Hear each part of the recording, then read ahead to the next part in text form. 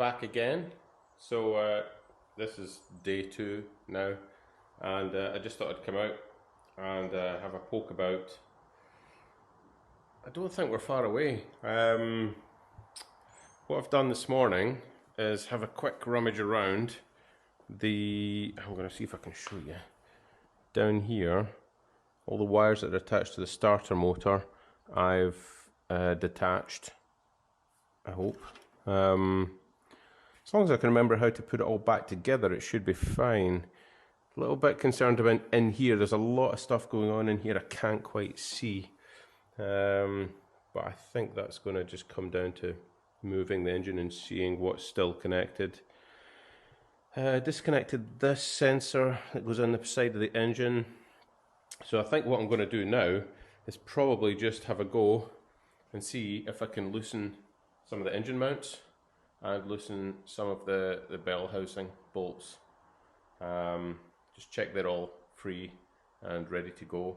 And then I'm going to try and attach some lifting points to the engine and then make a decision. Had a quick scout around, taking all the bolts out now, the bell housing and loosening off the engine mounts. And my friend Gordon, who lent me the engine crane, is on his way around. So hopefully the next thing you see will be a time lapse of us taking the engine out, which I'm quite apprehensive about, but it'll be good to have somebody here that knows what they're doing. So let's see how it goes.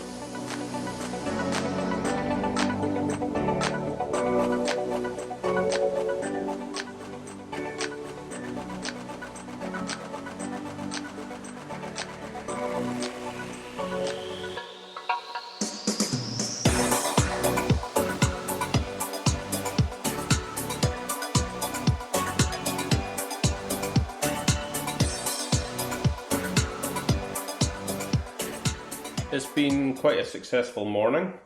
I had my friend Gordon round, as you saw. He's had a few engines out of Caterham's over the years, so it's very handy to get his expertise. So there we go.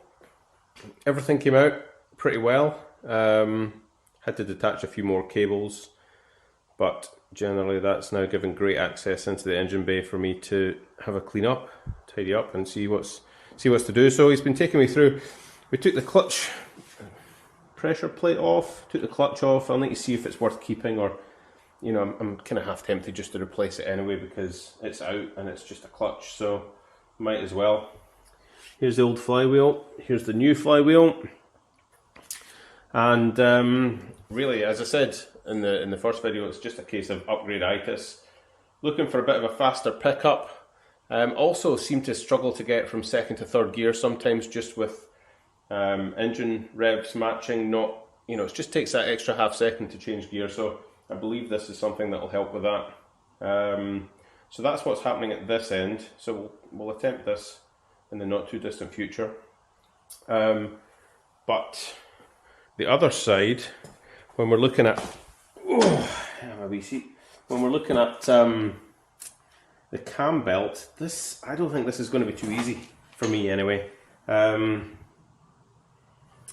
Gordon was saying that this bolt that goes onto the crankshaft is torqued massively high and is not an easy job to get off.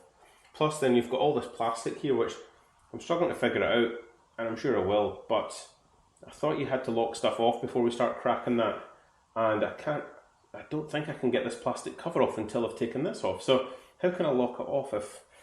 Anyway, the internet I'm sure will be helpful. There was a thing I printed off from Piston Heads which gave a good explanation, so I should go and read that and maybe it all will become apparent. So yeah, excited to get it out, a little bit apprehensive. I don't know, I just think that am I going to remember to plug everything in, but it'll be fine, I'm sure it'll be fine. So great winter project. I say winter, probably going to have this done and dusted in a short period of time because I get a little bit anxious having it in such an array of parts around the garage. So I'll push on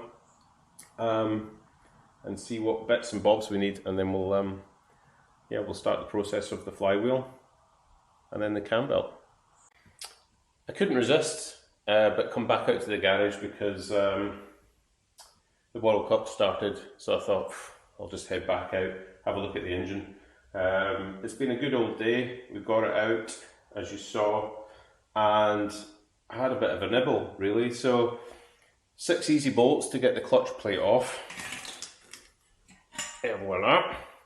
So we'll give that a clean up with some brake cleaner. So the bolts are okay. I don't think they're super essential. Oh, look at the state of that. The clutch, it's an AP racing clutch. And looking at the website, I think it's meant to be 7.11 mil thick. Now I did do a test. This is sitting somewhere about 6.7 mil. For me, it seems crazy not to replace this while we're in here. But depending on the price, I've seen some crazy prices on the Caterham website, to be fair, so that maybe isn't a shock. But anyway, a bit more investigating to do tomorrow before we make a decision on buying a new clutch. Flywheel's off. That was easy. 6 bolts. These are the bolts, the short ones, thankfully, because these are a lot cheaper than the you can buy another pack of 6. I think they're a bit longer for, must be for the Duratec, but they're about 60 quid for new bolts. These are about £1.50 each, so we'll just get new ones of those. This was a godsend. This locks your flywheel. £10 from Halfords, brilliant, and that's going to help me with the cam belt as well when it comes to locking the flywheel.